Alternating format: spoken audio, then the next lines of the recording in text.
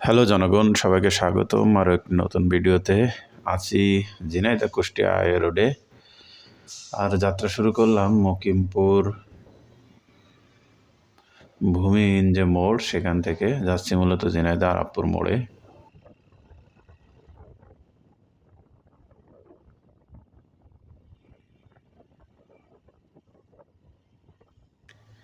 এই রোডে অনেকগুলো প্রতিষ্ঠান রয়েছে, তার মধ্যে উল্লেখযোগ্য হলো মৃত্তিকা সম্পদ উন্নয়ন ইনস্টিটিউট বা মাটি পরীক্ষা কেন্দ্র যেটা বলে থাকে। এরপরে রয়েছে টিটিসি ঝিনাইদহ, এরপরে রয়েছে ক্যাডেট কলেজ ঝিনাইদহ বা ঝিনাইদহ ক্যাডেট কলেজ, তার সাথে কিন্তু আবার রয়েছে শিশুকুঞ্জ স্কুল।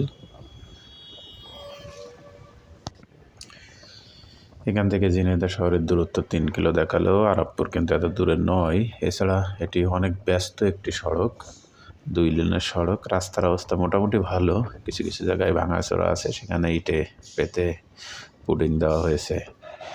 এছাড়া ক্যাডেট কলেজের সামনে রয়েছে বড় বড় 2টা স্পিড ব্রেকার, পার হওয়ার সবাই সাবধানে যেতে হবে। এবং রাস্তার পাশে রয়েছে ছোট বড় অনেক গাছ, টার্নিংগুলো সহজে দেখা যায় না রাস্তার জন্য, সে ব্যাপারেও আপনাকে সতর্ক থাকতে হবে যখন আপনি যাবেন।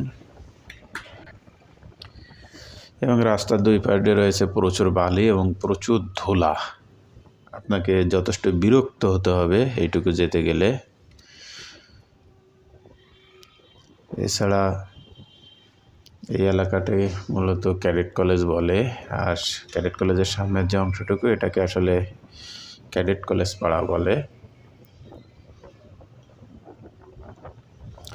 তবে এই রোডে চলতে গেলে আপনাকে একটি বিষয় বিশেষভাবে সতর্ক থাকতে হবে, সেটা হচ্ছে রূপসা এবং গড়াই যে বাসগুলো, তার কাছ থেকে দূরে থাকতে হবে, কারণ তাদের চলাচল খুবই বেপরোয়া, কাউকে সাইড দিতে চায় না এবং হুটহাট করে ওভারটেক করে।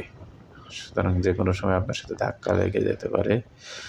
ক্যাডেট কলেজ পার হলেই কিন্তু দেখতে পাবেন এরকম রাস্তার পাশ দিয়েই ট্রাকগুলো পার্কিং করা, কারণ এখানে অনেকগুলো গ্যারেজ রয়েছে এবং খাবার হোটেল রয়েছে, যেগুলো সাধারণত এই গ্যারেজে যারা গাড়িগুলো কাজ করে বা গ্যারেজের শ্রমিকরা এখানে খাওয়া দাওয়া করে।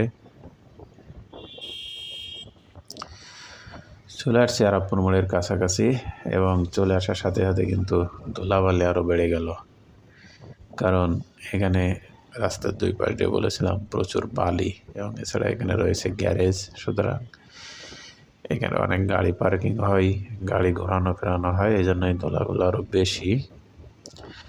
আর আরাপপুর মোড়ে যখন ঢুকবেন তখন কিন্তু অনেক সতর্কতার সহিত ঢুকতে হবে, কারণ এই মোড়টা কিন্তু অনেক বড় একটি চত্বর। এখান থেকে 6-7টা রোড কিন্তু এদিক ওদিক গেছে। সুতরাং আপনি কোন দিকে যাবেন সেদিকে সিগন্যাল দিয়ে সতর্কতার সহিত এই মোড়টা আপনাকে অতিক্রম করতে হবে।